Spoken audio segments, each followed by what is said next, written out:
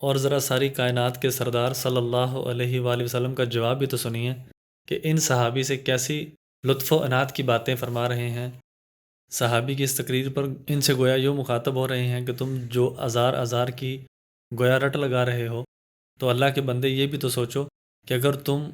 بیوی کو مہر میں اپنا یہ اکلوتا ہزار بھی دے دو گے تو خود کیا پہنو گے؟ نکاح کے شوق اور جوش میں یہ بھی بھول گئے کہ ایک ہزار ایک وقت میں ایک ہی شخص پہن سکتا ہے، کہ اگر وہ بھی کسی کو دے دیا جائے تو خود برہنہ رہنا پڑے گا۔ یہاں تک کہ صحابی جب اس انتہائی بے بسی اور قسمہ پرسی کے عالم میں تمام امیدیں ختم کر کے مایوس ہو کر بیٹھ جاتے ہیں تو بالآخر طویل وقت بیٹھے رہنے کے بعد مکمل مایوس ہو کر واپس تشریف لے جاتے ہیں، تو اس تمام کارروائی کے دوران سید الانبیاء صلی اللہ علیہ وآلہ وسلم کا ذہن مبارک اسی سوچ میں لگا ہوا ہے کہ کوئی ایسی تدبیر اور کوئی ایسا طریقہ نکل آئے کہ مہر یا اس کے متبادل کسی چیز کا کچھ تو انتظام ہوتا کہ نکاح ہو جائے، مگر کیسے؟ یہ تو تلاش اور جستجو کی اپنی پوری کوشش کے باوجود دربار نبوت میں قسمیں اٹھا کر اپنی مفلسی کا ثبوت پیش کر رہے ہیں۔ یکایک سرور دو عالم صلی اللہ علیہ وآلہ وسلم کا ذہن مبارک اس طرف چلا جاتا ہے کہ ہو سکتا ہے کہ یہ صحابی تعلیم یافتہ ہوں اور زوجہ کو مال نہ صحیح تعلیم تو دے سکتے ہیں، کیونکہ تعلیم یافتہ ہونے کا خصوصاً دینی تعلیم اور پھر خاص طور پر حفظ و ناظرہ کی تعلیم کا تو مالداری و غربت سے کوئی تعلق ہی نہیں۔ علم تو غریب کے پاس بھی ہوتا ہے اور خصوصاً صورتیں تو غریب کو بھی یاد ہو سکتی ہیں۔ یقین نہ تھا، لہٰذا دوبارہ بلوایا گیا کہ ایک تحقیق تو رہ گئی۔ فوراً بلوا کر پوچھا جا رہا ہے کہ چلو اور کچھ نہیں، یہ تو بتاؤ کہ قرآن کا تھوڑا بہت کچھ حصہ یاد ہے؟ رسول اللہ صلی اللہ علیہ وآلہ وسلم کے اس سوال پر صحابی کے سامنے مایوسی کی چھائی ہوئی سیاہ اور گہری گھٹاؤں میں اچانک امید کی کرن پھوٹی۔ فوراً صورتوں کے نام گنوانا شروع کر دیے۔ اے اللہ کے نبی، فلاں صورت بھی یاد ہے اور فلاں بھی۔ صبح و شام اللہ تعالیٰ کی ہر طرح نعمتوں میں غرق اور خرمستیوں پر دفعتاً لاکھوں لاکھوں روپے اڑانے والے ہوس کے پجاریوں اور دن رات کی طرح طرح کی نعمتوں میں غرق ہو کر اور سب کچھ کھا پی کر بھی غربت کا شور مچاتے ہوئے نکاح سے دور بھاگنے والے نشکرے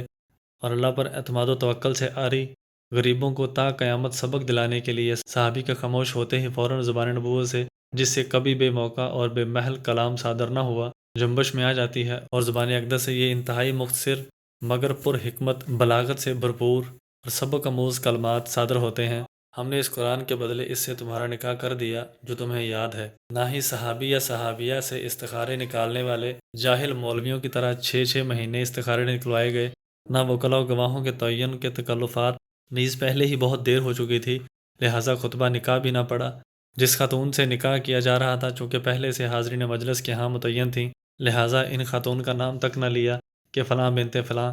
انتہائی مختصر اور ہر قسم کے تکلفات سے بالاتر،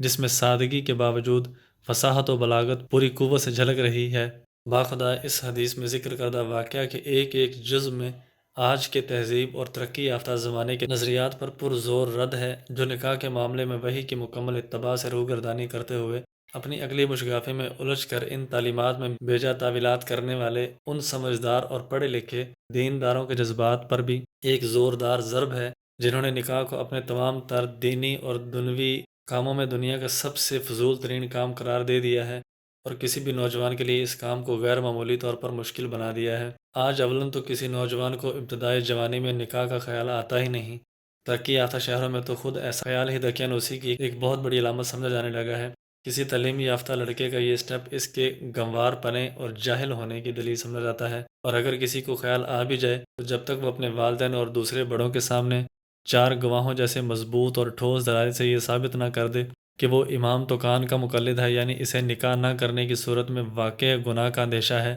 اس وقت تک اس کے اس دعوے کو تلبیس اور جھوٹ پر محمول کیا جاتا ہے اور اسے یہ باور کروایا جاتا ہے کہ نکاح تمہاری تعلیم میں حرج کا سبب ہے، معاشی لحاظ سے کمزور ہو جاؤ گے، ترقی کی دوڑ میں پیچھے رہ جاؤ گے۔ مشاہدہ ہے کہ فلاں نے نکاح کیا تھا تو دیکھو کہ تعلیم میں بقیہ ساتھیوں سے کیسے پیچھے رہ گیا۔ مدارس لبنان میں پڑھنے والی طالبات کے لیے حدیث میں موجود ایک سبق۔ صحیح بخاری کی اس حدیث میں علم کے حصول میں مشغول رہنے والی ان عالمات پر بھی رد ہے جو حصول علم کے شوق میں کسی عالم کا رشتہ میسر آنے کے باوجود بھی نکاح نہیں کرتیں۔ ان کا اور ان کے والدین کا خیال ہوتا ہے کہ نکاح ان کی تعلیم میں حرج کا ذریعہ بنے گا۔ اس بات کو اگر تسلیم کر لیا جائے کہ نکاح تعلیم میں حرج کا سبب ہے تو پھر شریعت کی یہی تعلیم ہے کہ نکاح کو تعلیم پر مقدم رکھو، لہٰذا رب کی خوشنودی کے لیے اگر حصول علم مقصود ہے تو اس کی خوشنودی تو نکاح میں زیادہ ہے۔ اس دعوے پر مزید دلائل انشاءاللہ آگے آ رہے ہیں۔ دوسری بات یہ ہے کہ صحیح بخاری کی اس حدیث سے معلوم ہوا کہ مدارس لبنات میں پڑھنے والی خواتین کو ایسے عالم سے نکاح کرنا چاہیے جو نہ صرف حصول علم میں رکاوٹ نہ بنے بلکہ از خود بھی زوجہ کی تعلیم کا ذریعہ اور مددگار بنے، اور زوجہ کے لیے شوہر ہونے کے ساتھ ساتھ بہترین مربی اور استاد بھی ہو،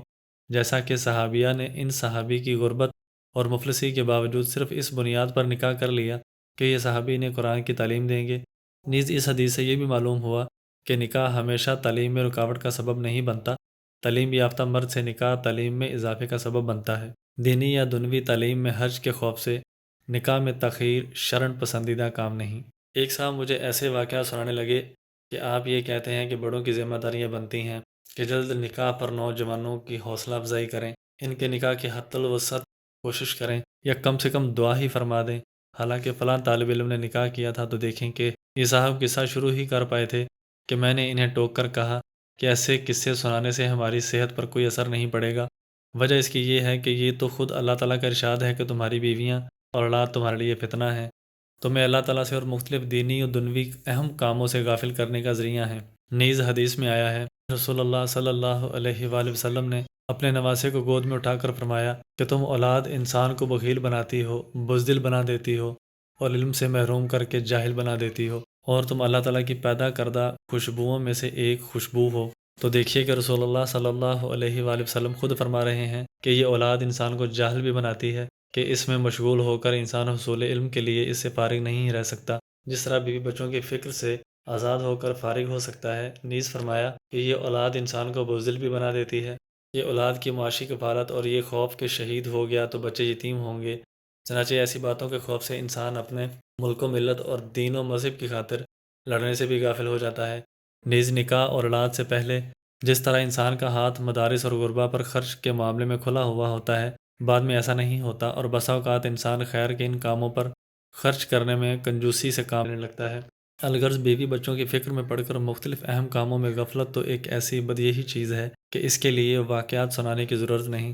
خود قرآن و حدیث اس پر شاہد ہیں۔ مگر اس کے باوجود جس اللہ نے یہ بتایا کہ بیوی اور بچے فتنہ ہیں اور انسان کو اللہ تعالیٰ کی یاد سے غافل کرتے ہیں،